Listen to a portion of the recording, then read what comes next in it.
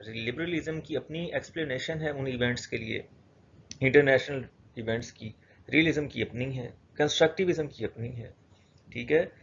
اور اب یہی پالیسیز جو ڈپلومیٹس ہوتے ہیں انہیں مختلف ریکمنڈیشنز دیتی ہیں فارن پالیسی کی کہ وہ بنائیں ان تھیریز کو مد نظر رکھ کے، کیونکہ یہ جو تھیریز ہوتی ہیں پریڈکٹ بھی کرتی ہیں آنے والے واقعات، تو اس وجہ سے یہ ہمیں اگر فارن پالیسی ریکمنڈیشنز دیں تو ہر کوئی اپنی اپنی فارن پالیسی ریکمنڈیشن دے گی. اور اچھے جو ڈپلومیٹ ہیں پوری دنیا کے، جس سے یونائٹڈ اسٹیٹس آف امریکہ کے ہیں، یو کے ہو گیا، جتنے بھی یورپین کنٹریز ہیں، جتنے بھی اس دنیا میں کامیاب، بلکہ میں کہوں گا کہ انڈین بھی جو ہمارے فارن پالیسی والے ہیں وہ بھی ان انٹرنیشنل تھیریز کا بڑا اچھا استعمال کرتے ہیں، انہیں بروئے کار لاتے ہیں.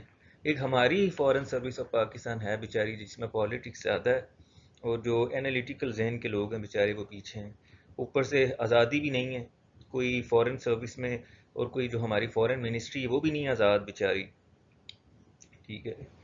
کیونکہ رائے دینے والے، ریلیشن شپس بنانے والے وہ بیچارے کوئی اور ہیں جنہوں نے ایڈ لینی ہوتی ہے، ملٹری ایڈ لینی ہوتی ہے ہمیشہ سے ایوب خان کے زمانے سے. تو ہماری فارن سروسز امپروو تبھی ہوں گی جب آپ جیسے اچھے لوگ جو انٹرنیشنل ریلیشن سے بخوبی آگاہ ہوں، انٹرنیشنل لا سے بخوبی آگاہ ہوں، ٹھیک ہے، اور انالیٹیکل مائنڈ رکھتے ہوں، ریسرچ اورینٹڈ لوگ ہوں، تھیریز میں آپ کا انٹرسٹ ہو. انشاءاللہ جو ہی فارن سروس آف پاکستان میں ایسے لوگوں کی بھرمار ہوگی، ہماری فارن پالیسی بھی اچھی ہونے لگ جائے گی. ابھی ہماری فارن پالیسی اتنی اچھی نہیں ہے، سوائے انڈیا کے بس خلاف باتیں کر لیں کہیں کہ جی ہمارے خلاف سرجیکل اسٹرائک کرے گا، کشمیر پہ یہ، کشمیر پہ وہ سب انہوں نے کر لیے. کشمیر بھی انہوں نے علیحدہ کر لیا، کشمیر کے بھی 2 حصے کر لیے، لداخ علیحدہ کر لیا، اور جموں علیحدہ اسٹیٹ بنا لی ہے. ایک اسٹیٹ کے انہوں نے 2 حصے کر لیے ہیں، اسپیشل اسٹیٹس بھی اس کا ختم کر دیا. ہماری فارن پالیسی کیا کر سکی ہے؟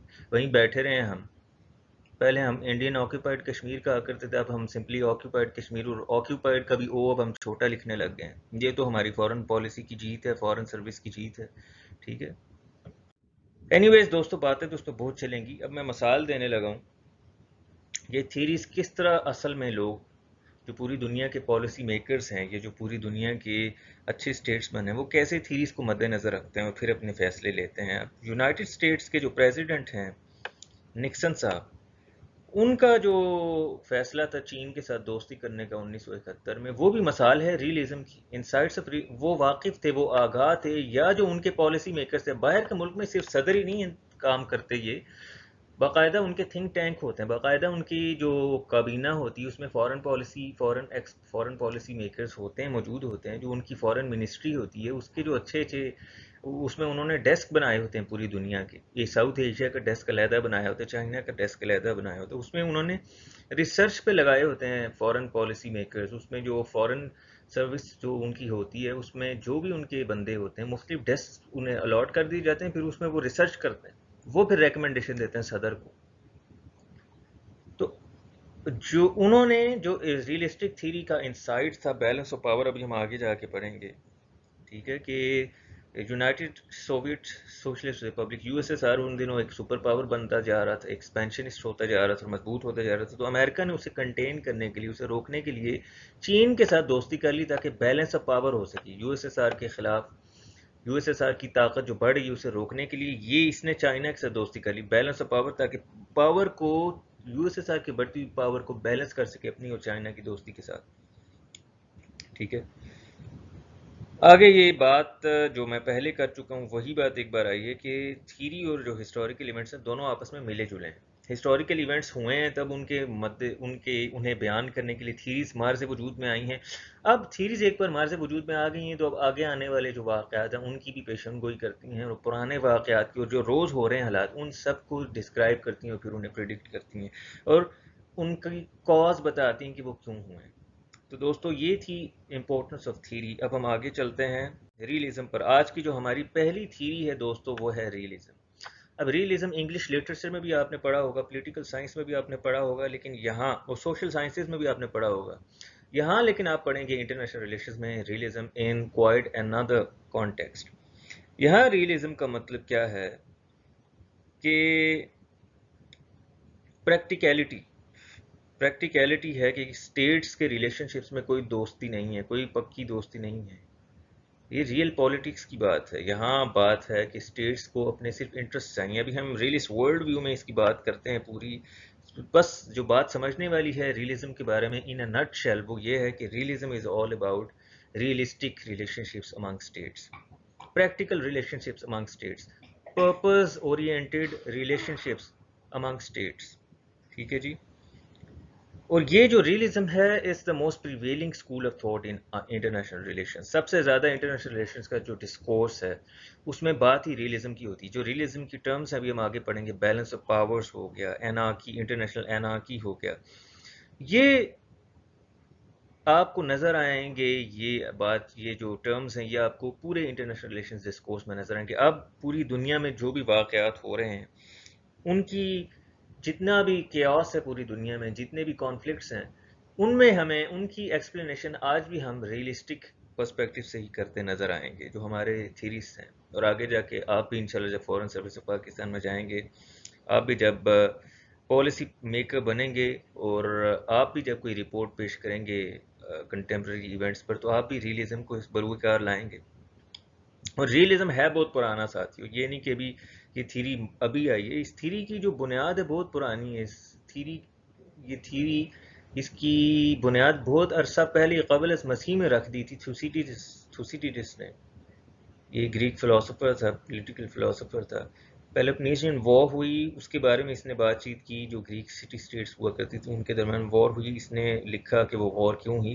اس میں جو اس نے بیان کیا وہ ریئلزم کی بنیاد بن گیا. اسی طرح کوٹیلیا تھا انڈیا میں, جو بہت پرانا انڈیا تھا, بیفور کرائسٹ 4 BC میں تھا شاید. یہ اس نے اپنی کتاب آتھرا شاسترا میں جب پاور پالیٹکس کی بات کی اس سبق میں اس نے ریئلزم کے ہی بنیادی اصول بیان کیے. آج جو ریئلزم ہے کوٹیلیا اور تھوسیڈیڈس کی رائٹنگ پر ہی مبنی ہے, اور ان دونوں کی جو فلسفیز تھی انہیں مزید ایکسٹینڈ کیا آگے آنے والے سیاسی فلسفیوں نے, انٹرنیشنل ریلیشن اسکالرز نے, جن کا بھی ہم آگے پڑھیں گے, موگن تھو نے, کینٹ والٹس نے. ٹھیک ہے. اب ریئلسٹ ورلڈ ویو کیا ہے, پرسپیکٹو کیا ہے ریئلزم کا. اب یہ جو پرسپیکٹو ہے دوستو, میں نے اسے کچھ پوائنٹس میں لکھا ہے تاکہ آپ کو ریئلزم پوری جو تھیری ہے اس کا لب لباب سمجھ آ جائے. کتابوں میں یہ سب کچھ پیرے میں لکھا ہوتا ہے تو مشکل ہو جاتا ہے. میں نے اب آپ کو ان کتابوں میں جو اہم نکات ہیں وہ آپ کے سامنے میں بلٹس کی شکل میں پیش کی ہیں تاکہ آپ کو سمجھ آ جائے کہ ریئلزم ہے کہ اتنی مشکل یہ تھیریز نہیں ہے, بہت ہی آسان ہے, یقین کریں. یہ بھی آپ لیکچر پڑھیں گے انشاءاللہ, اور نوٹس بھی اسی لیکچر سے آپ بنائیں, بہت آسان ہے, اور اسی آپ نے آگے ایکسٹینڈ کر دینا ہے. مسالیں آپ نے دینی ہیں تو آپ کا 20 مارکس کا سوال CSS میں ہو جائے گا. 3 سے 3.5 پیجز آپ نے کرنا ہے. ٹھیک ہے. انشاءاللہ 4 بھی پیجز آپ کر سکتے ہیں, لیکن بہت زیادہ بھی نہیں لکھنا. ٹھیک ہے. اب پہلے بھی state is the most important actor.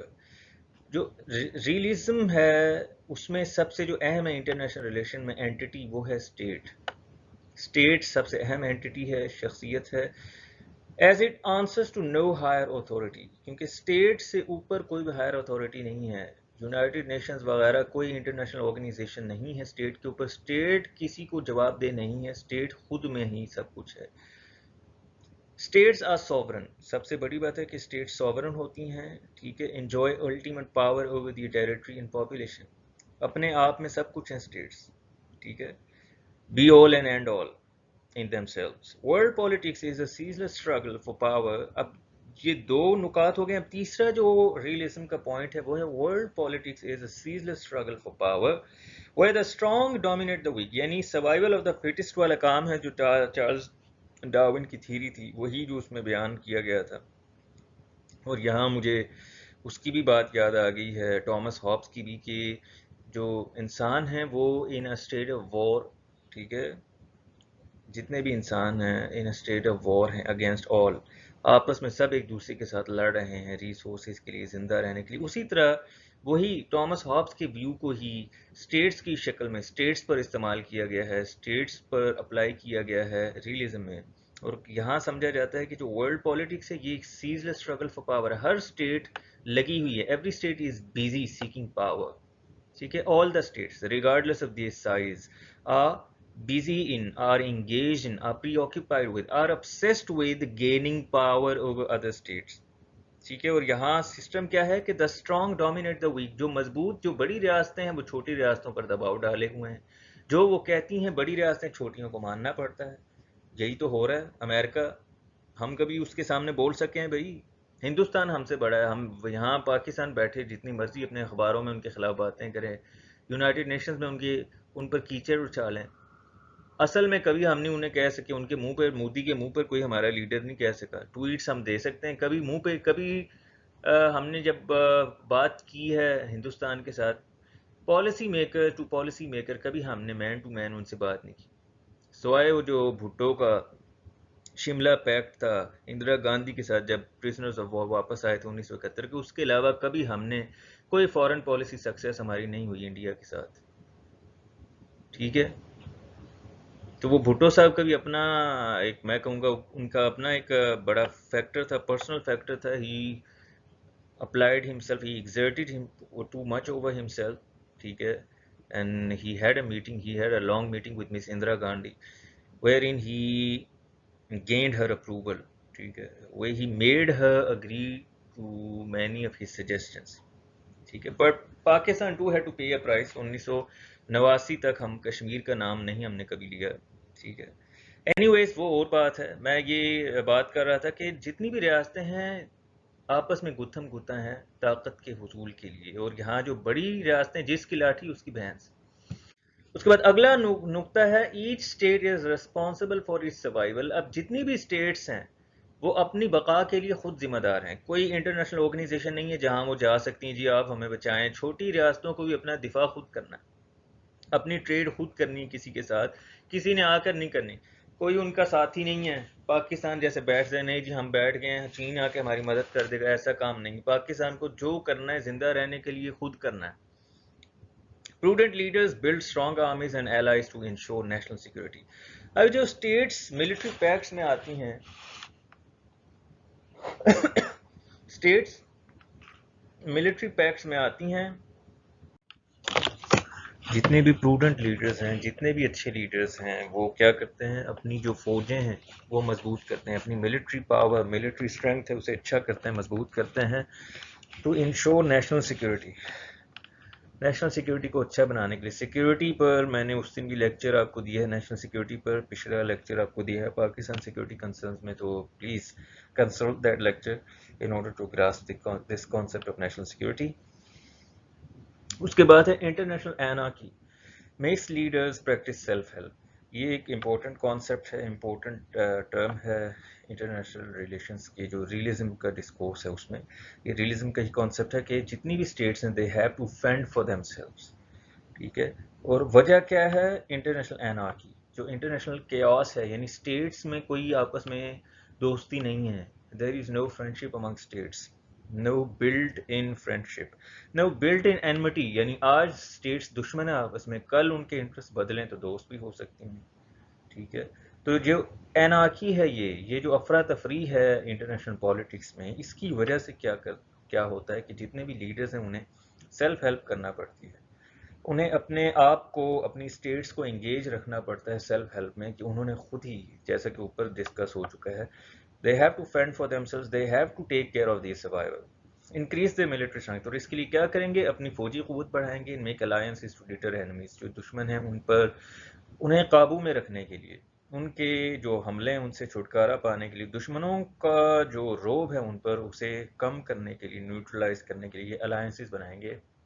اگر پاکستان کا دشمن انڈیا بہت مضبوط تھا اور ابھی بھی ہے, تو پاکستان نے چائنا سے دوستی کی جو کہ انڈیا کے ٹکر کا تھا, بلکہ انڈیا سے بھی ماشاءاللہ مضبوط ہے. ٹھیک ہے, انڈیا کو تو ناکوں چنے چبا دیتا ہے چین, تو پاکستان نے چین کے ساتھ دوستی کی, کبھی نہ ٹوٹنے والی. اسی طرح جو چھوٹے چھوٹے یورپین ملک تھے انہوں نے رشیا کے ساتھ دوستی کی. امریکہ نے رشیا کے انفلوئنس کو کاؤنٹر کرنے کے لیے, اور یہ جو فرانس, جرمنی وغیرہ جو رشیا کے ارد گرد جو ممالک تھے, یورپین ممالک تھے چھوٹے, انگلینڈ ہو گیا, ان سب نے کیا کیا, امریکہ کے ساتھ دوستی کی, نیٹو بنائی. رشیا کا جو انفلوئنس ہے اسے کم کرنے کے لیے امریکہ نے چائنا کے ساتھ دوستی کی, تاکہ رشیا کا جو انفلوئنس ہے اسے کم کیا جائے. رشیا اگر بہت ٹکر کا بہت بڑا دشمن تھا, تو اسے کم کرنے کے لیے, اس کا جو ایفیکٹ تھا امریکہ نے اپنے آپ پر کم کرنے کے لیے, امریکہ نے دوستی بنائی چائنا کے ساتھ, جو ایک اور کمیونسٹ پاور تھا اس زمانے میں. Cooperation among states is rare. لکھا ہوا ہے کہ جو کوآپریشن اسٹیٹس کے درمیان جو جینوئن ریلیشن شپ ہے, کوآپریٹو ریلیشن شپ ہے, وہ ریئر ہے. ٹھیک ہے, وہ نہیں ہوتا. یعنی اسٹیٹس میں کوئی بھی جینون سینس آف کوآپریشن نہیں ہے. کوئی بھی اسٹیٹ دوسری اسٹیٹ کے ساتھ تعلق نہیں رکھتی، ایسا کوئی بھی سمبایوٹک ریلیشن شپ نہیں رکھتی. کیوں؟ کیونکہ ہر اسٹیٹ کو اپنی پڑی ہے. کیونکہ جب اسٹیٹس آپس میں کوآپریشن کریں گی تو ایک اسٹیٹ سوچے گی کہ اس سے دوسری اسٹیٹ کو مجھے کیا ملے گا. ہو سکتا ہے دوسری کو اس ہمارے ریلیشن شپ سے زیادہ فائدہ ملے. تو لیڈرز کی not entrust the task of self protection to international security organisations اور انٹرنیشنل لا. کیوں؟ کیونکہ اوپر بات ہو چکی ہے every state is responsible for its survival. Military strength کیوں اسٹیٹس بڑھا رہی ہیں؟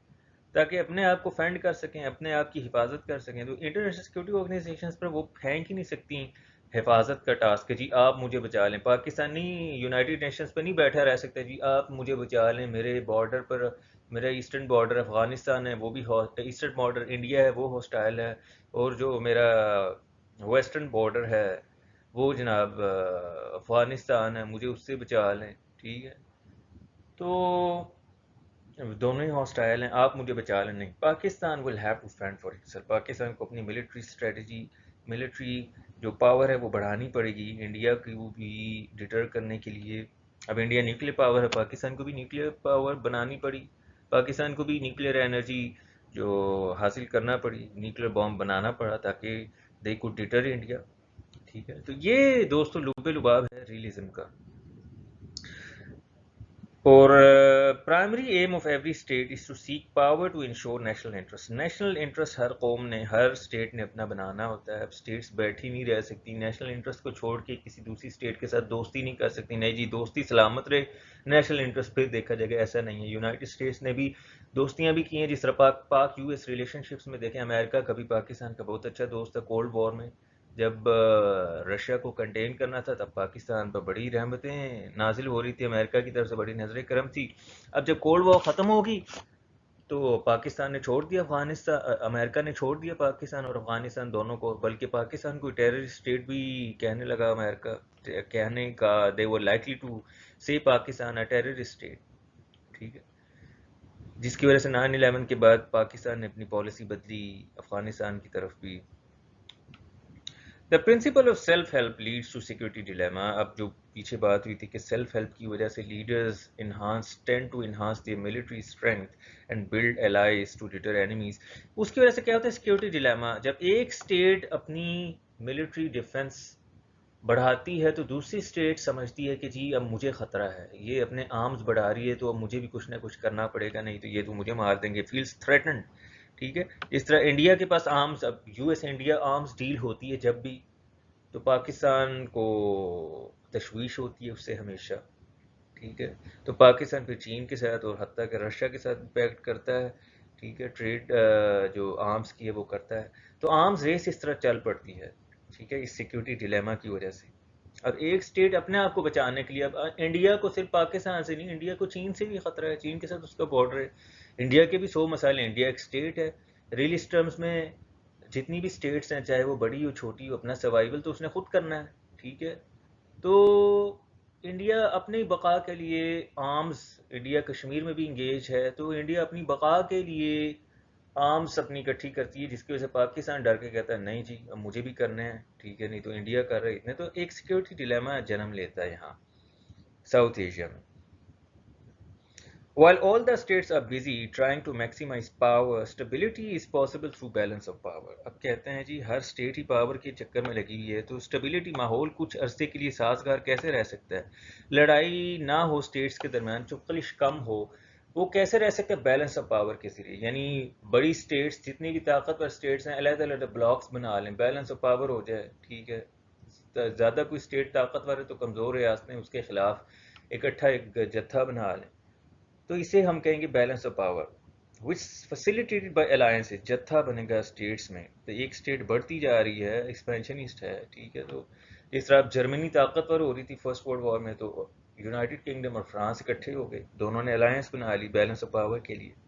جرمنی کی جرمنی کا جو پاور بڑھ رہی تھی اسے روکنے کے لیے. تو بیلنس آف پاور، جس طرح پاکستان، چاہے چین کے ساتھ پاکستان نے دوستی کر لی انڈیا کو نیچا رکھنے کے لیے، انڈیا کو برابر، انڈیا کو کی جو پاور تھی اسے بیلنس کرنے کے لیے، نیوٹرلائز کرنے کے لیے. اور آخری جو اہم پوائنٹ ہے وہ یہ ہے کہ پرائیویٹ مرالٹی کی کوئی بھی اہمیت نہیں. اخلاقیات سیاست میں کوئی وقت نہیں رکھتے. انٹرنیشنل ریلیشنز میں اخلاقیات کچھ نہیں ہوتے. لیڈرز کو کبھی کبھار چیپ شاٹ بھی لگانی پڑتی ہے. ٹھیک ہے, کوئی دین ایمان نہیں ہے, بلکہ یہاں ایک کانسیپٹ ہے ریزن ڈی ایٹڈ, یعنی state, reason of the state. Raison d'état کہتے ہیں ریزن آف دا اسٹیٹ, یعنی جو ہے اسٹیٹ کے لیے, اسٹیٹ کی ریزن کیا ہے. اسٹیٹ کچھ بھی کرے, وہ ریزن ڈی ایٹ اس کا کیا ہوتا ہے جی, کہ سیکیورٹی اسٹیٹ کی بچی رہے, اسٹیٹ کا سروائیول, اس کے لیے کچھ بھی ہو جائے, بس وہ ریزن ہے. اسٹیٹ کے پاس ایک ہی ریزن ہے, وہ ہے سیکیورٹی اور سروائیول, اور اس کے لیے لیڈرز کچھ بھی کر سکتے ہیں. کسی پہ حملہ بھی کر سکتے ہیں, راتوں رات کسی پہ حملہ کر سکتے ہیں, جیسے یونائٹڈ اسٹیٹس آف امریکہ جس مرضی پہ عراق پہ کرے, افغانستان پہ کرے, اور ان کے پاس ایک ہی وجہ ہوتی ہے, ریزن دیا ہے.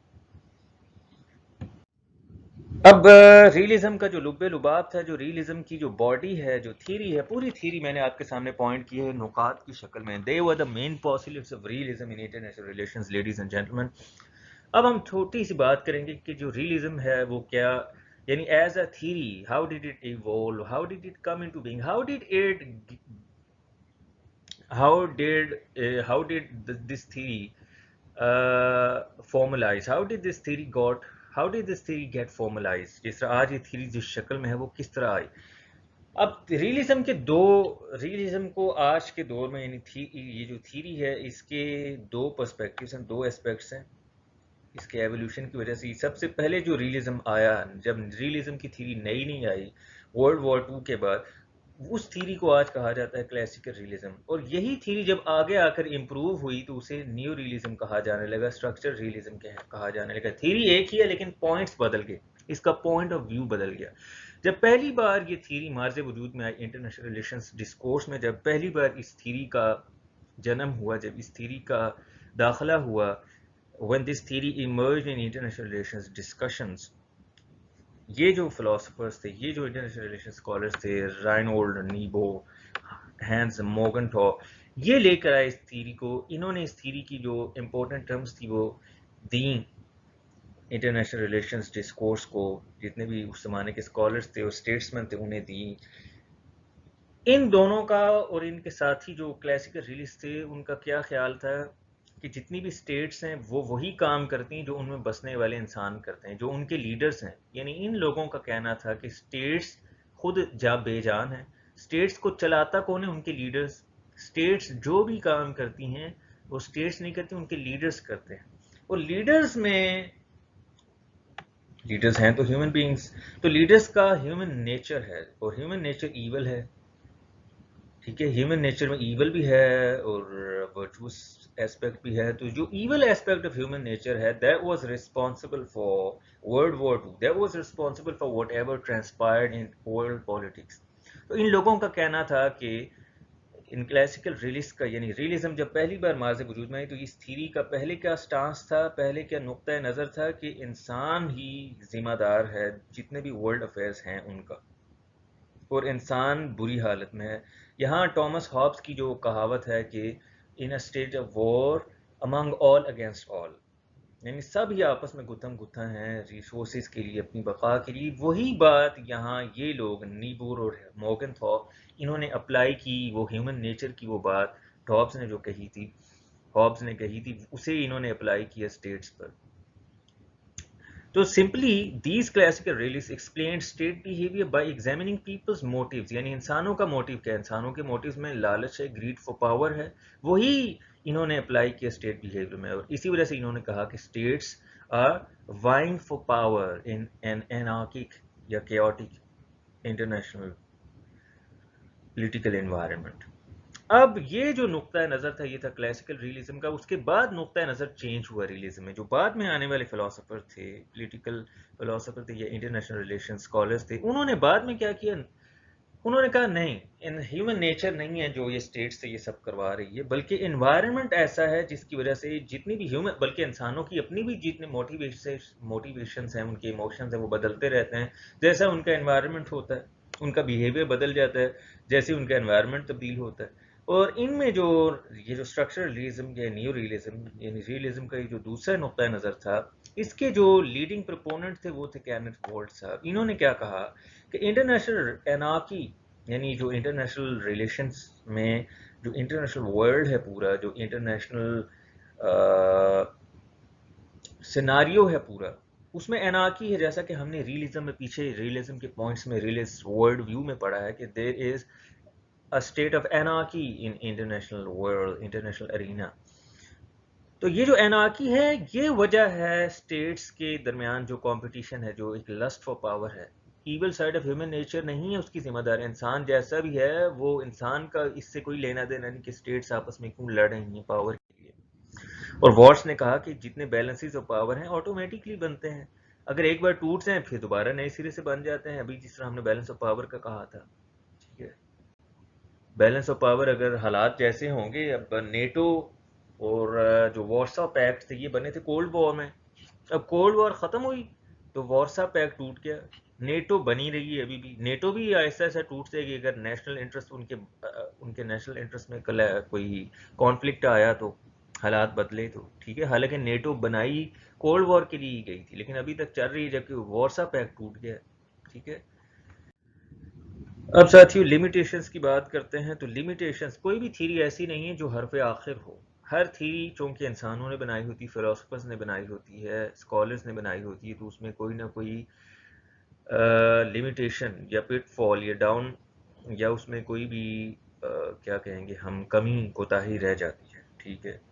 تو آج کی جو ہماری تھیری تھی ریئلزم کی، اس میں جو ایک کمی ہے وہ یہ ہے کہ یورپین یونین بنی 1950-60 کی دہائی میں، ان کے پاس کوئی بھی ایکسپلینیشن نہیں ہے. یورپین یونین اور اس کی جو سبارڈینیٹ، اس کے جو سسٹر انسٹیٹیوشنز بنے تھے یورپین کنٹریز کے ہی، ان کی اس کے پاس کوئی ایکسپلینیشن نہیں کہ وہ کیوں بنے. کیونکہ ریئلسٹ تو کہتے تھے کہ states are engaged in a state of war, cooperation is rare among states. تو یہاں تو کوآپریشن کی جیتی جاتی مثال ہے یورپین یونین کی. اس کے بعد کولڈ وار ختم کیسے ہوگی؟ کولڈ وار تو ختم ہی نہیں تھی ہونی چاہیے. ریئلسٹ تو یہی کہتے تھے نا کہ states are busy in a lust for power. U S S R اور امریکہ لگے ہوئے تھے پاور کے لیے لڑنے آپس میں. تو یہ ختم کیسے ہوگی؟ پرسپیکٹو بدل کیسے گیا یو ایس ایس آر کا اور یونائٹڈ نیشنز کا پرسپیکٹو کیسے، جو یو ایس اے تھا اس کا پرسپیکٹو کیسے بدل گیا؟ جنگ کے بعد اس نے سیکیورٹی کا کانسیپٹ ہی کیسے چینج کر دیا؟ گلوبلائزیشن کا کانسیپٹ ہے جو اسٹیٹس میں انٹر کنیکٹڈنس، انٹر ڈیپینڈنس کا، گلوبل ٹریڈ کا، انٹر لنک کا، یہ کیسے آ گیا؟ ریئلزم تو کہتا ہے کہ اسٹیٹس آپس میں کوآپریٹ نہیں کر سکتی. States are wary of cooperation, states are wary of relationship, states are wary of ties, establishing ties with one another because they believe they worry about the relative gains of these cooperations. تو یہ globalisation میں تو ساری status کو آپس میں engage ہونا پڑتا ہے. تو ریئلزم کے پاس جواب نہیں ہے. ریئلزم کہتا ہے کہ اسٹیٹس، ہر ایک اسٹیٹ کو اپنا لالچ ہوتا ہے. گلوبلائزیشن میں کسی بھی اسٹیٹ کو لالچ نہیں، بلکہ ہر اسٹیٹ دوسری اسٹیٹ پر ایک باہمی ایک رابطہ ہے ہر اسٹیٹ کا دوسری اسٹیٹ کے ساتھ، اور ہر اسٹیٹ کی بقا سانجھی ہو گئی ہے گلوبلائزیشن میں. ریئلزم کے پاس اس کا جواب نہیں ہے. ریئلزم کے مطابق every state has to fend for itself single handedly. ٹھیک ہے. یعنی کہہ لیں کہ ہر اسٹیٹ سیلفش ہے. گلوبلائزیشن میں ایسا کوئی بات نہیں. گلوبلائزیشن میں تمام اسٹیٹس ایک جیسی ہیں اور آپس میں لنک ہیں، آپس میں ٹریڈ کر رہی ہیں. The world is going to be a global village. تو گلوبلائزیشن کے جو ٹینٹس ہیں وہ ریئلزم سے بالکل بھی مطابقت نہیں رکھتے. اور جو انٹرنیشنل آرگنائزیشنز ہیں وہ بھی، این جی اوز ہو گئیں، یو این ہوگی، یونیسکو وغیرہ، ریڈ کراس وغیرہ، ان کا جو اسٹیٹس کے ساتھ کوآپریٹو ریلیشن شپس ہے وہ بھی ریئلزم بیان کرنے سے قاصر ہے. تو دوستو یہ تھی آج کی ہماری تھیری. امید ہے آپ کو سمجھ آئی ہے. پلیز اس چینل کو سبسکرائب کیجیے اور یہ ویڈیوز دوسرے ساتھیوں کے ساتھ شیئر کریں جو کہ سی ایس ایس کی تیاری کرنا چاہتے ہیں. اور ایک بات آپ کو بتاتا چلوں کہ سی ایس ایس کے لیے لازمی نہیں کہ 10-15 منٹ کی ویڈیو ہو. سی ایس ایس کے لیے مطالعہ کیا جاتا ہے بہت ہی انالیٹکلی. تو میں ایسی ویڈیوز نہیں بنا سکتا جو کچھ لوگ یہاں لوگوں نے چینل بنائے ہوئے سی ایس ایس کے لیے. 10-15 منٹ کی ویڈیو بنانا وہ کاروبار ہے، وہ سی ایس ایس کی تیاری نہیں ہے دوستو. سی ایس ایس کی اکیڈمیز میں گھنٹے گھنٹے کا ایک لیکچر ہوتا ہے. تو آپ سی ایس ایس کے لیے اگر لیکچر ویڈیوز دیکھنا چاہتے ہیں تو یہ ویڈیوز آپ کے لیے بالکل جامع ہیں، مستند ہیں. انہیں آپ دیکھیے، ان سے استفادہ کیجیے اور چھوٹی ویڈیوز کی تمنا مت کیجیے کیونکہ ان میں کچھ بھی نہیں ہے. سی ایس ایس کرنا ہے آپ نے تو آپ کو پھر محنت بھی اس حساب سے کرنی پڑے گی. تو امید ہے آپ میری بات سمجھ گئے ہوں گے. اللہ حافظ. Thank you very much.